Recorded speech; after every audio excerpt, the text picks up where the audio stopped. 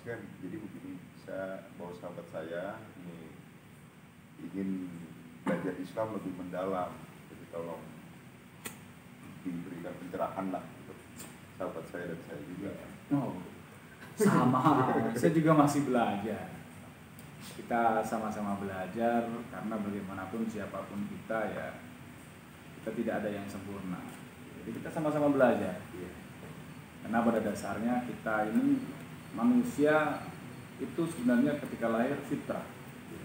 Artinya bahwa fitrah itu tugas kita sebagai manusia itu menjalankan perintah dan menjauhi larangannya. Jadi menjadi orang yang beriman. Masalahnya adalah banyak sekali yang tidak menyadari konsep fitrah ini, sehingga banyak orang yang tidak menggunakan aturan agama, hidup seenaknya sendiri. Jadi ya ada hal-hal yang paling dasar yang harus kita ketahui. Misalnya Muslim kan, jadi saya pengen tahu tentang hal yang sangat mendasar, bahkan ini ajaran SD, anak-anak kecil yang harus tahu, semoga nanti bisa tahu. Ini buat pelajaran penting karena banyak sekali yang juga ternyata tidak bisa menjawab. Misalnya begini, saya mau tanya, rukun Islam itu kan semua orang tahu, tapi nanti saya akan tanya lebih detail tentang rukun Islam. Ada berapa rukun Islam? Rukun Islam itu ada 5. Yang pertama? 2 kali masa. Yang kedua? Menunaikan salat. Yang ketiga? Yang ketiga Zakat. Puasa di bulan Ramadan. Zakat, puasa dan bulan Ramadan. Oke. Yang ingin saya tanyakan adalah orang yang belum bersyahadat itu wajib sholat nggak? Kayaknya Belum Islam tuh. belum kayak. Belum. Jadi yakin ya? Iya. Jadi kalau orang belum bersyahadat itu belum wajib sholat ya. Yang saya mau tanyakan, kapan bersyahadat untuk masuk Islam? Waduh, ini lupa ya, sejak lahir mungkin ya, pas lahir ya. Oke. Ketika lahir, yang bersyahadat kita atau orang lain? Pas lahir. Orang lain.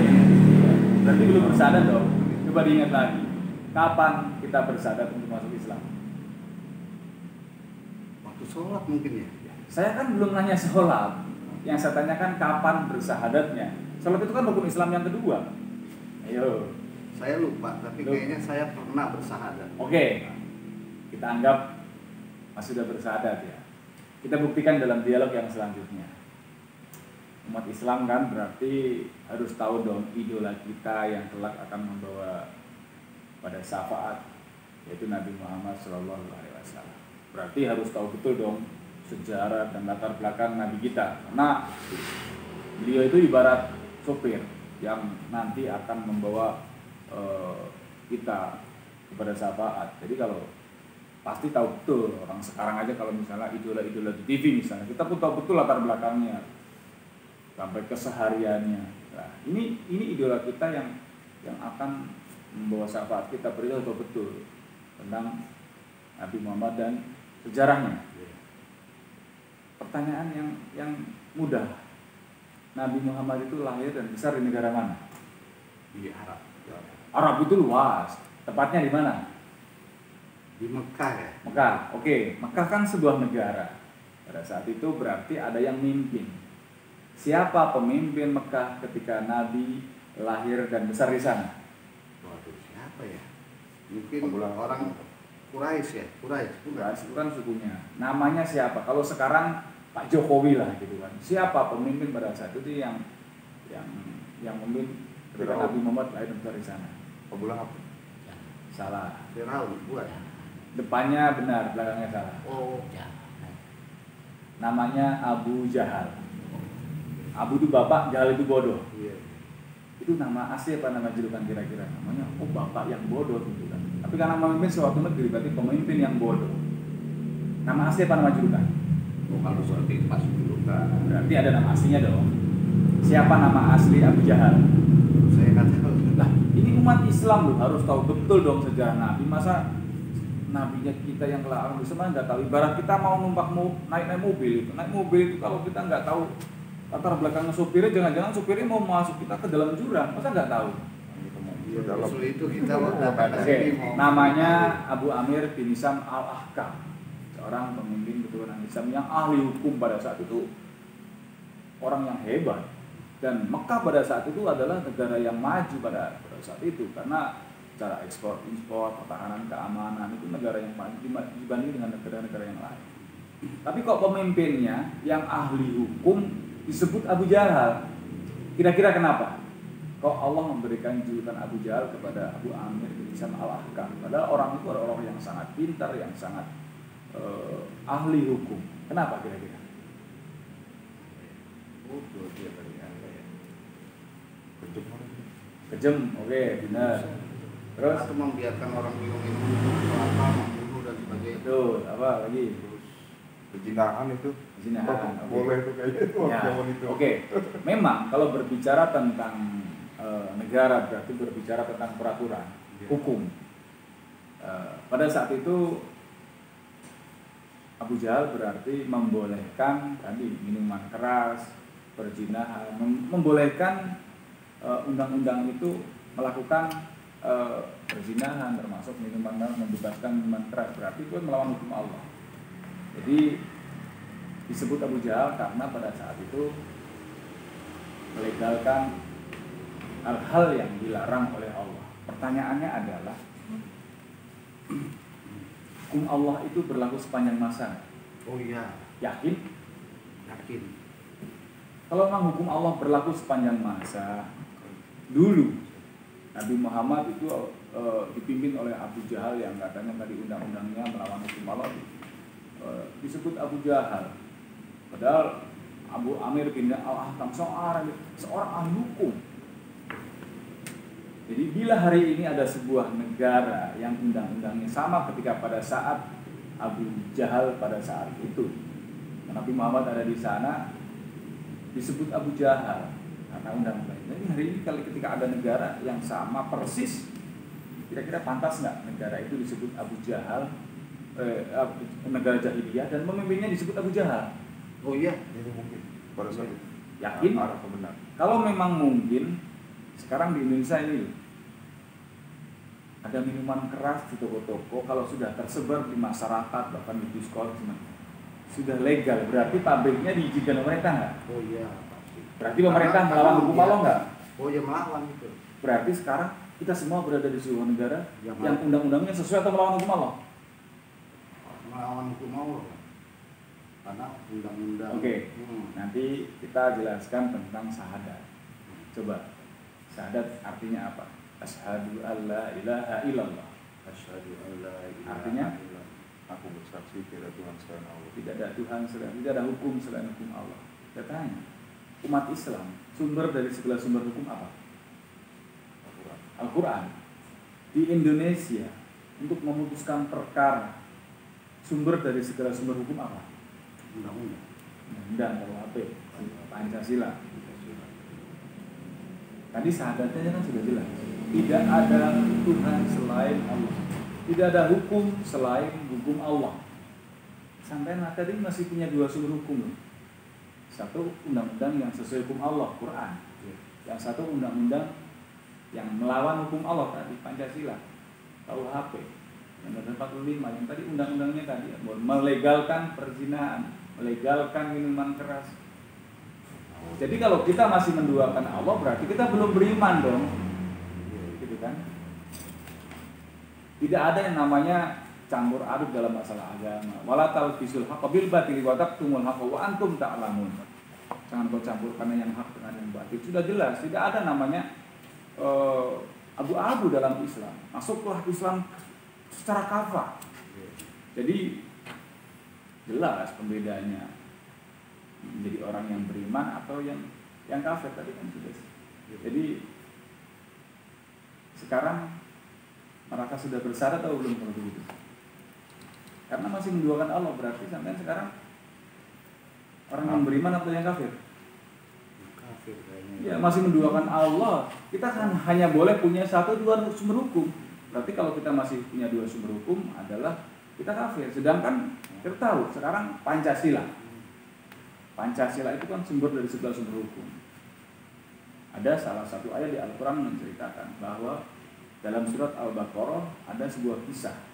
Nabi Musa itu mendapatkan wahyu agar disampaikan kepada umatnya supaya umatnya memotong sapi betina.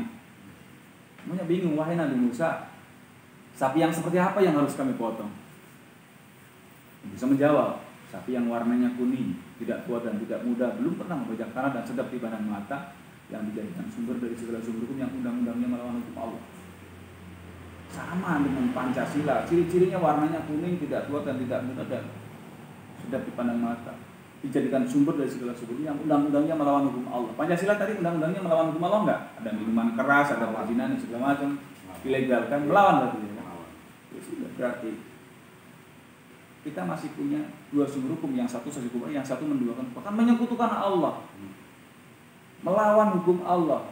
Jelas ayatnya dalam surat Al-Baqarah harus kita tolak, ingkari dan kita tinggalkan, karena itu tauhid, itu berhala. Jadi kalau kita masih menyembah berhala, kita belum beriman, berarti kita masih kafir. Berarti sekarang masih kafir. Jadi ketika kita menjadi orang yang kafir, maka ketika kita meninggal, kita tempatnya adalah neraka jahanam. Jahanam adalah seburuk-buruknya tempat baru. Jadi beginilah, kita harus belajar karena Islam akan membawa kita kepada keselamatan. Nah, bagaimana caranya kita mengikut? Iya, biar supaya mendalami. Ya, kita harus mengikuti jejak Nabi kita Rasulullah Sallallahu Alaihi Wasallam. Jadi tidak cukup saja dengan beriman, meyakini bahwa kita harus meninggalkan berhala, meyakini tidak ada Tuhan selain Allah. Karena hanya meninggalkan berhala ternyata belum bisa memberlakukan hukum Islam. Kita harus hijrah. Nabi Muhammad mencontohkan dari Mekah karena tidak bisa melakukan hukum Islam. 13 tahun menggunakan berdakwah di Mekah, ingin menegakkan hukum Islam. Pakai, kalau zaman sekarang pakai organisasi, misalnya NU, Muhammadiyah, nggak bisa. Untuk merubah sistem negara nggak bisa lewat ormas, negara harus lawan negara. Makanya pada saat itu Nabi Muhammad dari Mekah hijrah ke Yasrib atau dikenal dengan negara Madinah. Dan orang-orang yang tidak mau hijrah ini ketika meninggal, walaupun dia rajin ibadah, ada kisah di dalam Al-Quran. Jadi orang ini rajin ibadah. Jadi pada saat itu ada umatnya Nabi, diajak hijrah nggak mau. Dikatakan, wahai Nabi, saya nggak ikut hijrah. Ketika kami ke sana nanti mau makan, sedangkan keluargaku, bisnisku, usahaku semua ada di Mekah. Kalau ke Madinah, jaminan apa? Dan orang ini nggak mau hijrah, ngotot. Dan ketika ada peperangan, meninggal, orang ini masuk neraka jahanam. Ada ayatnya di Al-Quran. Malaikat bertanya kepada orang yang rajin ibadah, tapi masuk neraka jahanam. Malaikat bertanya, dalam keadaan bagaimana kamu ini meninggal? Orang ini menjawab, kami adalah orang-orang yang tertindas di negeri Mekah, nggak mau hijrah, mengikuti Nabi. Lalu malaikat bertanya lagi, kenapa kamu tidak berhijrah sedangkan bumi Allah itu luas? Lalu malaikat menjelaskan lebih detail, orang-orang ini adalah tempatnya neraka jahanam, dan jahanam adalah seburuk-buruknya tempat kembali. Jadi kalau nggak mau hijrah fisik dari negara yang batil ke negara yang hak. Jadi kalau tetap berada di Mekah, dan Mekahnya hari ini adalah Indonesia. Indonesia hukumnya adalah hukum jahiliyah, hukum KUHP, peninggalan penjajah, namanya aturan penjajah yang tidak akan pernah pro dengan masyarakat. Makanya harus kita tolak, ingkari dan kita tinggalkan. Kita masuk ke sebuah negara baru, yaitu negara Islam. Adalah negara yang bersumber dengan hukum Allah, yang kita nanti akan mendapatkan kedamaian, ketentraman. Jadi ini yang harus kita perhatikan. Jadi jangan sampai kita yang hidup hanya sekali, kita tersesat. Kita menjadi orang yang durhaka kepada Allah karena kita tidak taat pada aturannya. Jadi fitrah manusia harus taat kepada Allah, kan diatur sudah jelas. Al-Quran itu bukanlah hanya sekedar kita baca, Al-Quran itu bukan hanya kita hafal. Al-Quran itu petunjuk, penerang, pembeda. Al-Quran adalah peraturan untuk kita berbangsa dan bernegara. Percuma kalau kita punya Al-Quran hanya kita baca pun nggak ngerti artinya. Oke lah kalau kita ngerti artinya, tapi nggak kita lakukan. Quran itu peraturan berbangsa dan bernegara. Jadi kalau bernegara kita pakai aturan yang Pancasila, yang jelas-jelas bertentangan tadi, itu jelas neraka. Jadi kita harus kembali kepada Al-Quran, bahwa Al-Quran itu adalah sebuah peraturan yang kita jadikan pedoman untuk kita berbangsa dan bernegara. Jadi kita hidup dari bangun tidur sampai tidur lagi, kita berusaha untuk hidup dengan Quran, karena dengan Quran kita akan selamat dunia. Nah, kalau seandainya saya mau berhijrah, gimana tuntunannya? Nanti ada kita yang pandu, karena ini kan ada sebuah prosedur-prosedur yang diikutin. Nanti pasti kita akan tunjukkan. Yang penting kita sekarang, kita sebelum sholat itu ada namanya berwudu. Kita sucikan hati, kita sucikan pikiran bahwa semua yang kita lakukan semata-mata hanya beribadah kepada Allah. Bila niat suci kita sudah benar, kita insya Allah akan ditunjukkan jalan yang lurus. Ihdinas siratal mustaqim. Kita akan pasti ketemu dengan jalan yang lurus, jalan yang diridhoi oleh Allah Subhanahu wa taala. Nanti lain kali kita bisa ketemu lagi, kita belajar tentang bagaimana hakikat kehidupan menjadi seorang hamba yang baik, sebagai hamba yang bertakwa kepada Allah Subhanahu wa taala. Terima kasih Mas, masukan. Sama-sama kita belajar. Jadi nggak usah sungkan kalau misalnya bertanya. Saya juga masih banyak kekurangan, saya juga masih belajar, sama-sama. Jadi nggak usah sungkan, nanti kalau misalnya ada yang perlu ditanyakan juga kita tanya. Oke, terima kasih. Sama-sama. Ya. Sebelumnya minta maaf ya, ini bukan perekrutan sungguhan. Ini hanya simulasi, rekonstruksi. Kita ingin memberikan edukasi kepada masyarakat bahwa ini bisa menimpa siapa saja. Kedoknya agama. Karena memang ada salah satu hadis, untuk menguasai orang yang bodoh, bungkuslah sesuatu yang batil itu dengan agama. Hari ini kelompok radikal mengatasnamakan agama, mereka menganggap dirinya yang paling baik, yang paling suci. Ini harus diwaspadai. Jadi kalau ada orang yang mengatakan bahwa dirinya yang paling bersih, dirinya yang paling beriman, yang lain kafir, anti terhadap Pancasila, mohon jangan pernah diikuti, mohon jangan pernah percaya dengan siapa saja, walaupun dia bergelar ulama, walaupun dia diangkat oleh kelompoknya juga sebagai tokoh masyarakat atau tokoh ulama. Ini adalah tokoh yang diajarkan oleh zaman dahulu. Jadi ada kisah Ibnu Muljam yang membunuh Sayyidina Ali. Bukanlah orang kafir, dia adalah ulama pada saat itu, kecewa terhadap Sayyidina Ali sehingga dengan aslinya, karena kekecewaannya memuncak, berani membunuh Sayyidina Ali. Dan hari ini banyak sekali orang-orang seperti Ibnu Muljam. Dia ulama juga pada saat itu, rajin ibadah.